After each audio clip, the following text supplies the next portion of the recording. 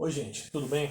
Olha só, esse vídeo aqui, ele é um vídeo de, digamos, revisão ou de, sei lá, tentando solucionar dúvidas, de questões bem simples ligadas à geometria analítica, trabalhar com vetores, tá bom? Que a gente tem percebido em alguns alunos, os alunos têm trazido isso, né? E aí eu resolvi fazer esse vídeo aqui, né? Salientando que eu não sou professor de matemática, né? Aqui é um vídeo, né, gravado por um professor de física que sabe rudimentos desse conteúdo aqui de matemática, né? Então, aos especialistas nesse tema, espero que não vejam isso com nenhuma tentativa de entrar no trabalho de vocês, ou caso ache algum erro na minha abordagem, por favor, me ajude a explicar melhor aos alunos esse conteúdo. Então, qual é a minha ideia? A minha ideia é trabalhar com vocês um pouquinho, né, com os estudantes, a ideia de vetores, tá? Pelo menos a ideia dentro do que a gente trabalha na física. Vou pensar no problema do R2 para ficar mais simples. Então, digamos que eu tenho esse vetorzinho V aqui, tá?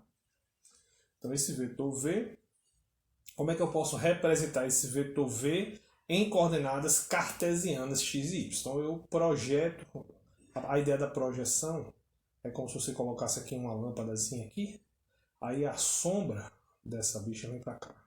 Então, esse tamanhozinho aqui é o que seria a componente Vx, tá bom? Deixa eu apagar aqui essa partezinha aqui que ficou curto, né? Eu vou continuar aqui. Esse aqui é o eixo Y. Faça o mesmo sistema de botar uma lâmpadazinha aqui, aí, né, projeto a sombra desse vetor aqui, e esse tamanhozinho aqui seria a componente y desse vetor. Então, uma maneira de você simbolizar matematicamente o vetor V é essa daqui. É você dizer que ele é um vetor de componente Vx na direção x, que eu vou botar com esse chapéuzinho aqui, daqui a pouco eu explico, mais a componente y na direção y. Esse negocinho com chapéu, ele é um versor. Ele é um vetor que aponta na direção x e ele tem norma 1. Tá bom? Então é isso aqui. Em alguns livros, você tradicionalmente pode encontrar, ao invés do versor, você pode encontrar uma outra representação. Você pode encontrar a representação assim. Ao invés de você encontrar essa representação aqui, você pode encontrar essa outra representação que eu vou mostrar para vocês aqui. Tá? Você pode encontrar uma representação assim. V é igual a Vx na direção é x, mais Vy na direção é y. É outra forma de representar. Ou, outra maneira também que alguns livros trazem, é fazer com um parentezinho assim. Vx, Vy. Aí você sabe que essa é a componente x e essa é a componente y. Tá bom, gente? Então, para a gente sair aqui dessa representação gráfica, né, e tentar fazer algumas coisas que a gente usa muito em Física 1, vamos tentar escrever, certo? Esse Vx e Vy usando aqui a trigonometria, tá bom? Então, vamos fazer aqui. O cosseno de θ é igual a esse tamanho aqui, dividido por esse tamanho aqui. Tá vendo? Nesse triângulo aqui, que é um triângulo retângulo, esse tamanho daqui para cá é exatamente a componente x desse vetor. Tá? E esse ângulo aqui, então, e muitas vezes vem no problema, ou então você pode encontrar, certo? Mas é uma coisa que a gente faz muito lá. Então vamos lá. Então, o cosseno daquele triângulo, não, o cosseno de θ é igual ao cateto adjacente ali, que é o Vx, dividido pelo tamanho do vetor, que eu vou chamar assim, que é a hipotenusa, tá vendo? Vamos dar uma olhadinha aqui. Tá vendo aqui? O cosseno de θ é igual a essa distância daqui para cá, que é o cateto adjacente, dividido pela hipotenusa, que é o vetor V que eu estou trabalhando, que eu chamei ele aí, né, o tamanho de V, a norma de V, né? A mesma coisa a gente pode fazer com o seno. O seno do ângulo θ vai ser igual o cateto oposto a ele, esse cara aqui, né, dividido pela hipotenusa, que novamente é o vetor V. Então vai ser esse cabo aqui. Entendeu? Né? Então com isso você pode encontrar quem é a componente Vx, que é o módulo do vetor multiplicado pelo cosseno do θ, e quem é a componente Vy, que é o módulo do vetor multiplicado pelo seno do θ. Tá bom? Né? Perfeito? Digamos que eu queira agora somar dois vetores. É uma coisa que a gente às vezes faz também lá em Física 1, né? Vamos lá. Digamos que eu queira fazer a soma de dois vetores. Então eu tenho aqui x, tenho aqui y, eu tenho dois vetores. Eu tenho o vetor V1 e tenho o vetor, digamos, V2. Então o V1, né, esse aqui é o V2.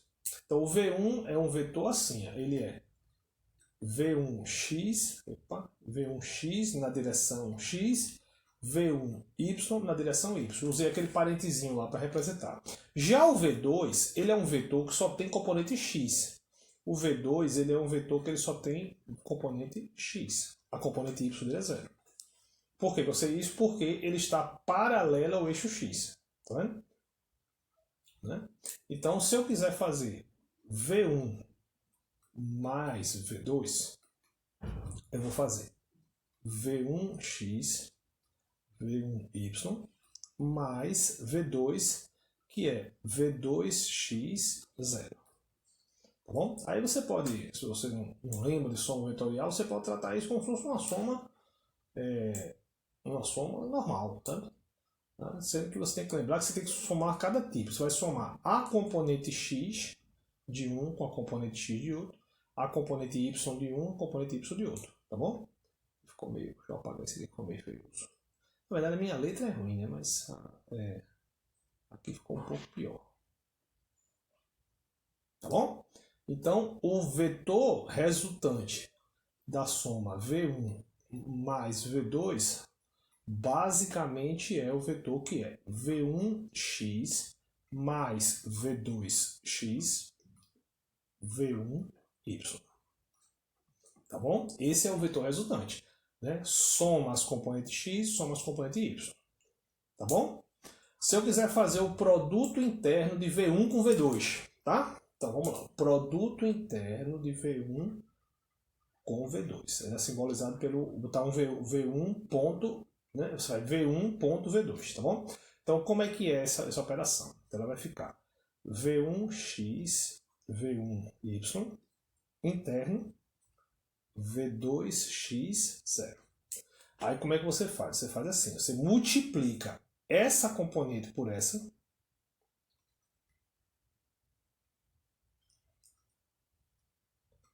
e soma o resultado com a multiplicação dessa componente por essa.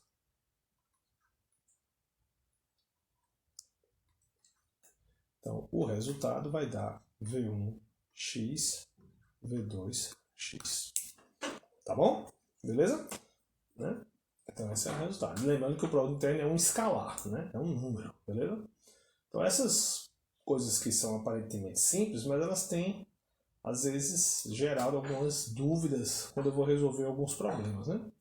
Muitas vezes a gente vai fazer uma operaçãozinha, muitas vezes comum em plano inclinado, né? Deixa eu resolver aqui para vocês o problema. Revisitar o problema do plano inclinado, que tem muitos vetores para decompor, né? Então vamos lá, vamos revisitar o problema do plano inclinado, que é um problema muito comum em Física 1, tá?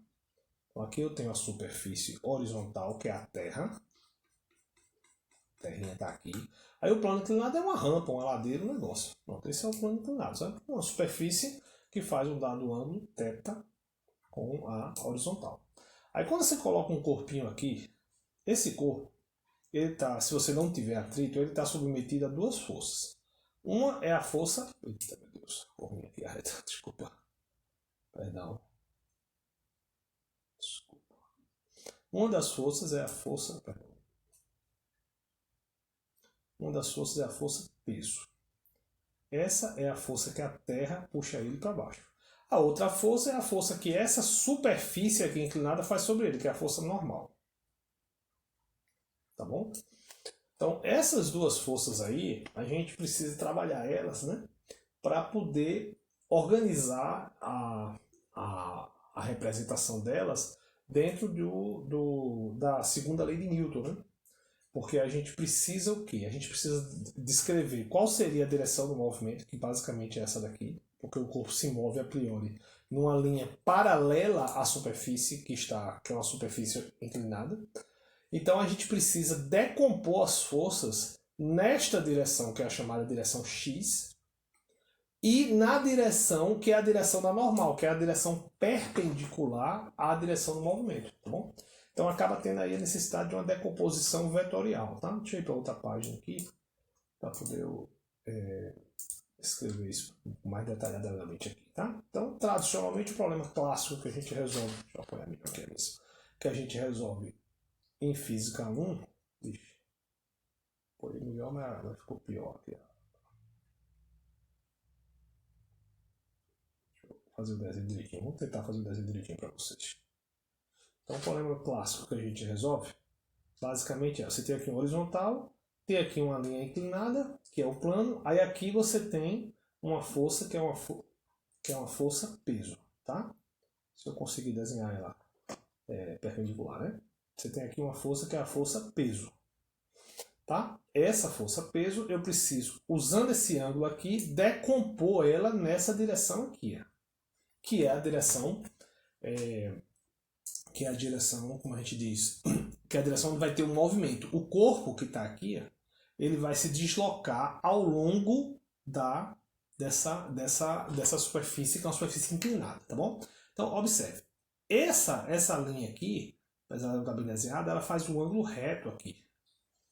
Então, se esse ângulo aqui é θ e esse ângulo é reto, né, este ângulo aqui, certo? Este ângulo aqui, que é o mesmo daqui, é um ângulo que é um complemento de θ. Então, este ângulo aqui ó, é um ângulo que é 90 menos θ. Tá bom?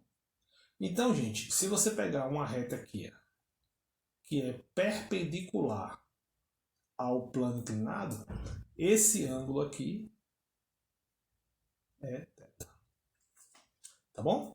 Então, com isso, você vai ter, né, essa componente aqui, que é uma componente Px, é a componente da força que efetivamente puxa esse corpinho na direção para cá, tá bom? Então, essa força, como é que eu vou achar ela? Eu vou desenhar só esse triângulo aqui para vocês verem, tá bom? Então, vamos lá.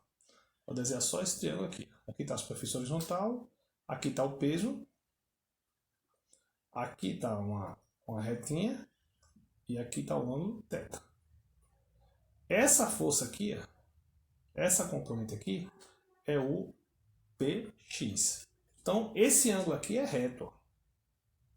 Então, como é que eu acho essa força aqui? Ó? Seno do ângulo θ é igual ao cateto oposto, que é o Px, dividido pela hipotenusa. Quem é a hipotenusa desse triângulo? É essa própria linha sólida aqui, que simboliza o peso. Então, o seno, né? Aqui, vou achar aqui. Então, opa, achei muito.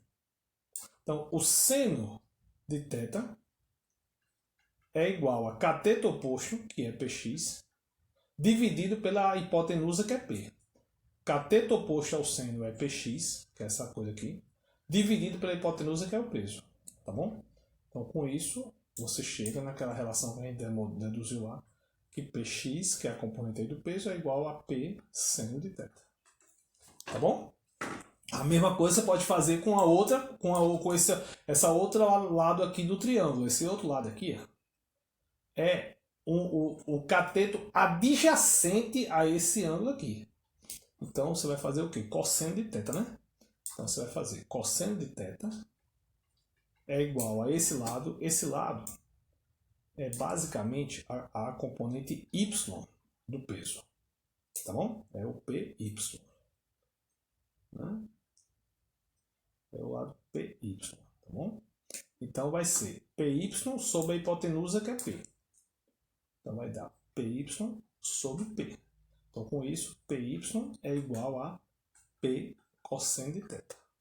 Então essas são as duas expressões que a gente usa muito lá porque às vezes o pessoal tem uma certa dificuldade para entender, né? É a componente x do peso e a componente y do peso, tá bom? Então, no plano inclinado, a componente x do peso, ela vai basicamente empurrar o corpo para baixo. Então, essa daqui é a componente x do peso. A componente y do peso é essa daqui, ó. Ela vai basicamente empurrar o corpo contra a superfície inclinada. Aí quem é que vai reagir? A normal. Então, a normal é igual ao PY. Tá bom? Então, no plano inclinado, você tem uma força PX puxando o corpo abaixo do plano inclinado e tem uma força PY empurrando o corpo contra a superfície do plano. Essa força acaba sendo a força normal lá da superfície, tá bom? Então é isso, então assim, espero que tenha ficado claro aí mais ou menos o basicão de vetores, tá? Soma de vetores, essa coisa de como encontrar as componentes, né, representações, produto interno, tá bom? E aí qualquer dúvida pode me perguntar. Desculpe aí a minha dificuldade aqui com a mesa, não, confesso ainda que não dominei 100%, mas é isso, espero que tenha ficado claro minimamente aí para vocês. Um abraço, até mais.